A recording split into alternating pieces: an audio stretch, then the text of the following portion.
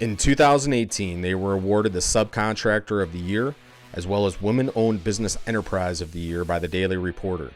They've completed work on Miller Park, Fiserv Forum, and a plethora of other large projects throughout Wisconsin. I'm currently sitting with Jason Young, a Marine Corps and Army veteran and president of the Price Erecting Company. Jason, thanks for having us, Brian. man. Appreciate it. So what is Price Erecting and what do you guys do? Price Erecting is a 103-year-old structural steel and millwright service company. Started back in 1915. We have two divisions currently: our structural steel, by which we put up buildings, and our millwright service and maintenance division, by which we have people in the field who basically put in machinery, move machinery, level machinery, and have a maintenance side to it. So we have customers, Briggs & Stratton, Nestle's, John Deere, all of which we have permanent personnel that are working. So can you kind of describe a little bit about your career path and how you made it to Price Erecting? Because you are the president of the company, you don't own it.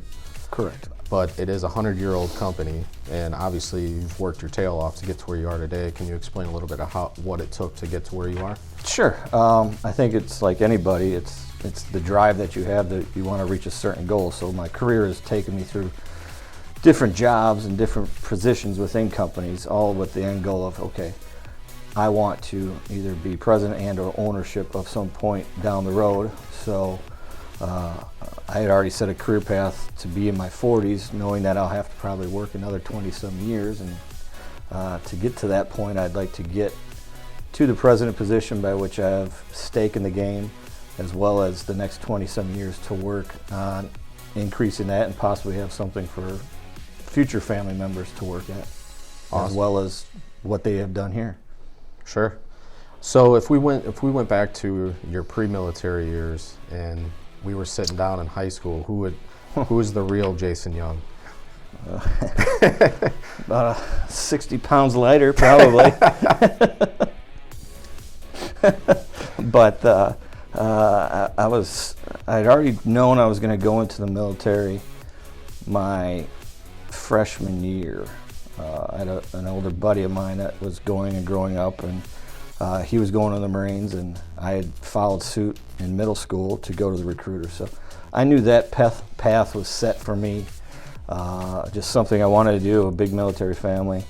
But I was scrawny. I played sports just to get ready, for the Marines. It wasn't to achieve at anything. So I was a run-of-the-mill kid, average grades, average student, and ran with a decent crowd. But other than that, that's a long time ago. So did your father serve, or you had My siblings? father was in the National Guard. My uncle was in the Marines as an officer with the tankers. My grandfather was in the Marines. My other grandfather was in the Navy. My other uncle that I have went to the Air Force Academy, played football for them, and finished his career and retired from the Air Force. So all the immediate people around me all had military background. Wow.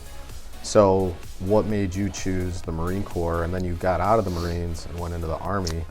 What was that decision like? The decision, I think, just for the Marines itself was not only did I have someone growing up with that was going to go into there, but I believe the stories and all the history that I grew up with, being the best and pushing yourself and achievement. Not that any other branches that are really any different, but that just, for me and what I wanted to do, that's the career path I chose.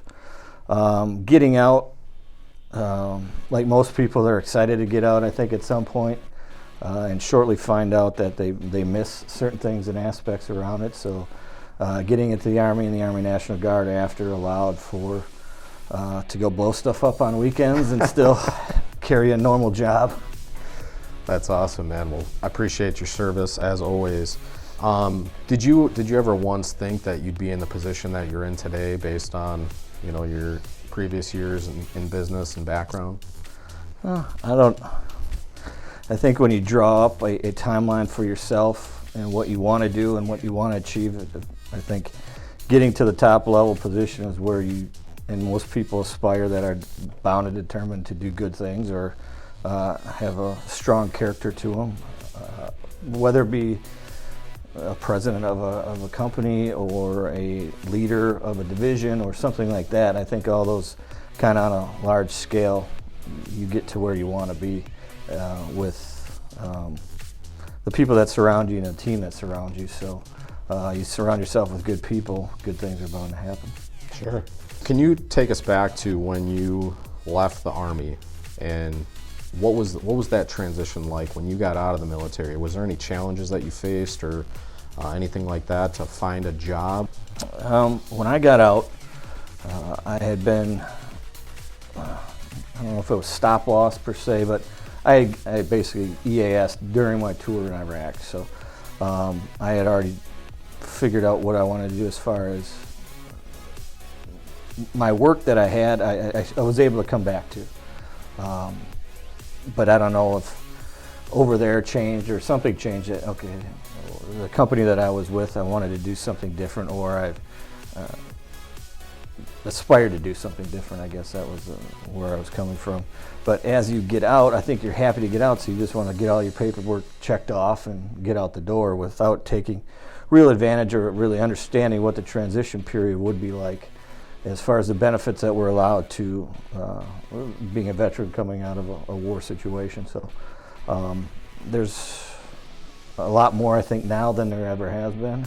So I would definitely take time and sit in on those continuing education classes, getting into the workforce, relying on your chambers, even especially the Wisconsin Veterans Chamber of Commerce, and workforce development and dealing with the veterans there. So we've actually had this discussion previously, but the trades field is kind of hurting for talent right now in many different facets. It's probably one of the, I'd say it's put on the back burner for some of these veterans getting out. They're not thinking about getting into the trades. But obviously there's a lot of opportunity there. How can a veteran who's looking to get into the trades find opportunities and success in this industry? Yeah, it's a great question. From our standpoint, we are a union shop, so unions have hard hats, helmets to hard hats is what it was called, or is still called. I don't think it's utilized as much. I still think that people rely on contacts and who you know. From our standpoint, we've actually had people come in here without even being part of the trades or the unions, asking how they could get in, and that's when I'm on certain apprenticeship boards for the millwrights as well as dealing with the iron workers, and taking somebody saying, we'll take you under our wing as you go through the apprenticeship program, which is typically 4 years. But again, there's not a lot of contact we have until someone comes to us. We need to get and do, I think, better at putting it out there of what you could get into as an engineer or something coming out of one of the branches, coming in and say, okay, here's the skill sets I have. This is what I can bring to the table. I know I do quite a bit of the interview process for the apprenticeship boards, and being part of that board, I can honestly say probably 90% of the time, if you had military background and were part of that, you carried yourself a certain way through the interview process, people were willing to pick you up right away and take Sure. you. Well, speaking of that, what advice would you have for a military veteran who's maybe contemplating the idea of getting out, or they're just in that phase of, checking things off to get out of the military? What sort of advice would you have for an individual like that at this particular moment? I think is take a step back and really what is your end game, and devising a somewhat of a reverse timeline. I know it sounds like, it's something easy to do, but it's really not until you take a step back. What interests do you like? Let's put those interests into a group which could get into a position and or job, and follow that path versus thinking I'm great at drawing, so I want to be an artist, or I'm great at banging a hammer, so I want to get into some kind of construction field. Well, those are jobs, not necessarily careers. So you can get a job when you get out, but you want to set yourself up for a career. You're obviously the president of the company here, and you're running a company of 40, 50 guys. How do you process issues if something comes up, and you're obviously doing you have a bunch of other things on the table that you're Sure. trying to take care of. How do you process issues as they come across the table to you? I probably still use the chain of command approach, by which you have front leaders out in the field, foreman for us, and then you have an next echelon of a superintendent that kind of takes care of all the foremen and their issues, and then it comes into the office side of things. I still believe that it depends on if you're just complaining or if there's truly an issue. I mean, our biggest issue is safety here. So safety goes above and beyond anything that happens within our organization. So safe practices, continuing safety, continuous training safety. Now that can be done through the union, and or we have our own safety directors here that put on classes. But as far as dealing with issues, it's a constant day-to-day, hourly basis that we're dealing with some kind of issue. Sure. It's just the trades that we're in. Something comes up, you're dealing with weather, you're dealing with a lot of personnel, not only within your company, but within the other trades that you're working with and working for out in the field. That's excellent. Morning routine. What, obviously the military has a lot of, systematic processes and the ways that we approach things, and obviously chain of command's one of them. What would you say is, some of the things that you're doing to just get your mind right every day to do the things that you're doing? Sure. Despite my stature, I do go to the gym. I start out 4:20 every morning, get up, go to the gym, get done 5:30, 5:45, get home, get cleaned up and come into the office by 6:30. Try to get the day started off ahead of everybody. That's some of the quietest time you're going to have here. Is getting the day planned and set up. Still use the 80-20 rule: 80% plan, 20% execute. And then throughout the day, as far as everything that goes on here, it's a constant juggling and prioritizing what is more important, what could be put on the back burner a little bit. And you're constantly doing that just because jobs constantly change. And always looking at the end of the day, what's tomorrow bring? How do I set myself up at the end of the day for the things that are going to take place tomorrow? Sure, that's awesome. Can you go back to the gym part in the morning? Because I go to the gym every day, and Really? it certainly helps my mind. Get myself on track every Sure. single day, and you can certainly get yourself into a rut. If you don't have that systematic thing that you do every day. Can you talk a little bit of how that helps you focus throughout your entire day? Because for me, it helps me, when I get back to my desk, I already have, kind of like you, I pre-plan the day before, and I know exactly what I'm going to tackle. Absolutely. It's part of, I start off with a 10 to 15 minute run jog, and it's just to get the body loose, but also you got to keep thinking in your mind. I'm thinking of either meetings I have that day, conversations I'm going to have, and how do I want that conversation to go, whether it be with other businesses, whether it be with personnel here. So from that standpoint, that initial shock and get your head in the game type of attitude starts off, and then I'll typically do weights after to get out the rest of the aggression of other things that happen or whatever may take on. And so I come into the office quite a bit more calm and that I've already done something today. I still go back to the adage, Marines get things done, by 5 a.m. when other people aren't even doing anything or even up. I always like the people that, I'm up or I'm tired of this and that. Yeah, but your friends aren't yet. So, take that as a win type situation. Sure.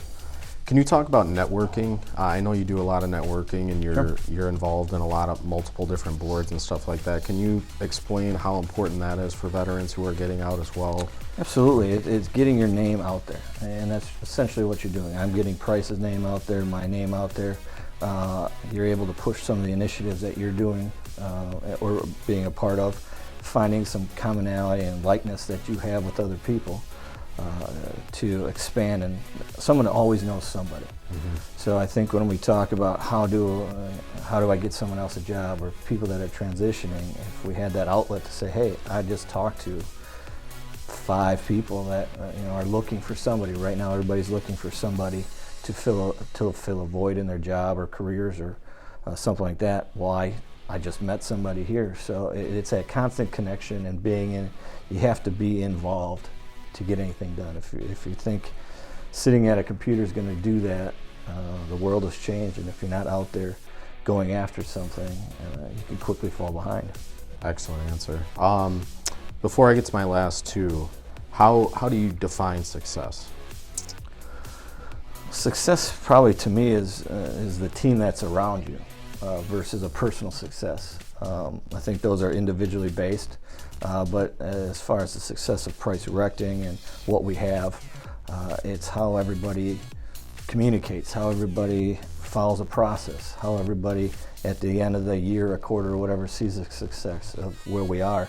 And I think we've done a great job just within the short time I've been here to do some of those successes with, some of the awards we received, and just from the sheer number of people we've had, or the numbers for payroll. I mean, what we were doing for payroll and all those kind of things. Success breeds through everybody at that point. They see it from the front office to the people in the back. You didn't have 2 people at the lunchroom table; you had 20 now at the lunchroom table. Sure. And it's a good thing. It's a good feeling that everybody's a part of it. Sure, and I see that with your organization. It's the teamwork approach is definitely something that sets you apart. So, what's next for Jason Young and Price Erecting? It's a loaded question. I think we had this was our first year in 2018 to kind of see what kind of hand I was dealt, see what kind of hand we were dealt as a team, and there's obviously going to go back, reflect, do some after action on what worked, what didn't work, and then fine tune and see where 2019 heads us. I think we have a good base and platform, but I also think we can build upon that and do things better. So that's where I'm going to be, and that's where the other members of the team are going to be. That's awesome. How can people find you personally and Price Erecting? Price Erecting, we're been here for about 35 years at our location here in West Dallas, so we're Highway 100 Greenfield area. You can reach us on our telephone number 414-778-0300, as well as on our internet webpage, www.priceerecting.com. We do quite a bit through LinkedIn and posts and keeping our name out there. So, awesome. Phone book, I'd say, but no one uses that anymore. What is that? That's what these kids would be saying today. Well, Jason, I just want to thank you for your time today. It's great to learn more about Price Erecting and the things that you guys are doing and the great things that you're doing in the community as well. So I just want to thank you again for having us here today. And we'll see you again soon. Sounds good. Thank you. This episode of Vet Biz TV is brought to you by the Star Group, Insurance and Risk Solutions, serving and protecting veteran-owned businesses. The Wisconsin Veterans Chamber of Commerce. Our mission is your success. Thank you for tuning in to this episode of Vet Biz TV. I really do appreciate you watching. I hope that you got something out of it. If so, please like and subscribe our YouTube channel. We'd love to hear from you. Click the bell. You'll also be notified of all of our newest content as soon as it comes out. And also, we'd love to hear from you. So if you have any comments or feedback or anything like that, please feel free to leave that below each and every video, because we also love to learn as well. So we hope to see you again in the next episode.